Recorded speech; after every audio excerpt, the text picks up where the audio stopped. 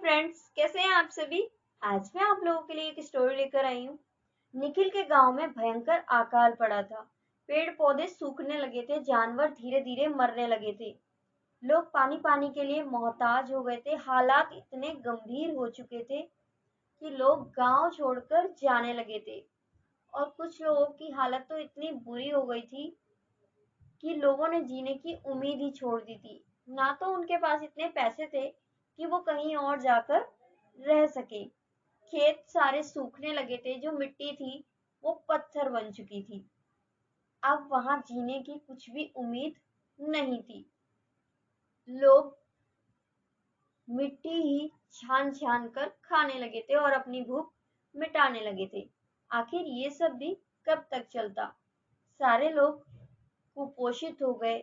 बच्चे कुपोषण का शिकार हो गए। धीरे धीरे बच्चे भी मरने लगे।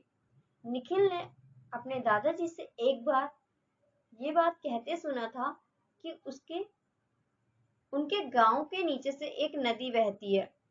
जब निखिल ने ये बात गांव वालों को बताई तो किसी ने भी उसकी बात पर विश्वास नहीं किया। तब निखिल ने फावड़ा उठाया और जमीन खोदना शुरू कर दिया। निखिल ने किसी की बात नहीं सुनी।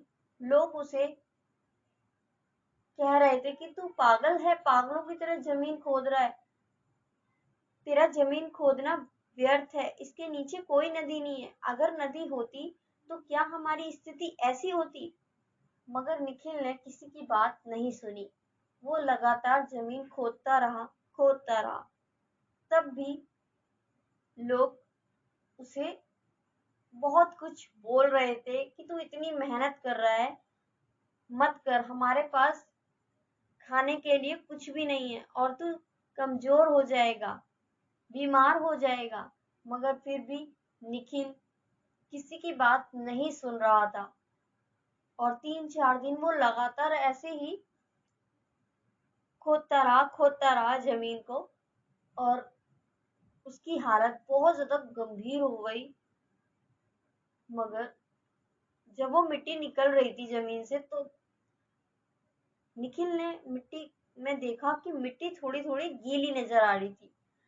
तब निखिल को थोड़ी सी उम्मीद नजर आई कि हाँ, इस जमीन के नीचे नदी है, पानी है इसके नीचे। तब निखिल को एक उम्मीद की किरण नजर आई। तब निखिल और तेजी से खुदाई करने लगा और आखिर में पानी निकल गया।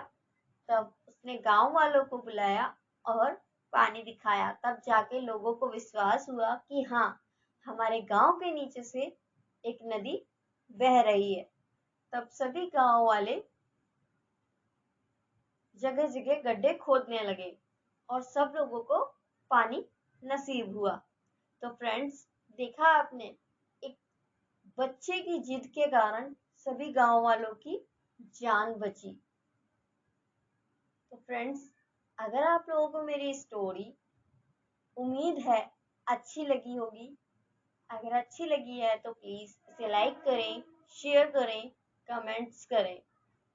और अगर आप ये स्टोरी मेरे चैनल पर पहली बार सुन रहे हैं तो मेरे चैनल पर जरूर सब्सक्राइब कीजिए और भी ऐसी ही मोटिवेशनल स्टोरी सुनने के लिए। और अगर आप ये स्टोरी मेरे फेसबुक पेज पर सुन रहे हैं तो मेरे पेज को जरूर फॉलो कीजिए। Thanks for listening.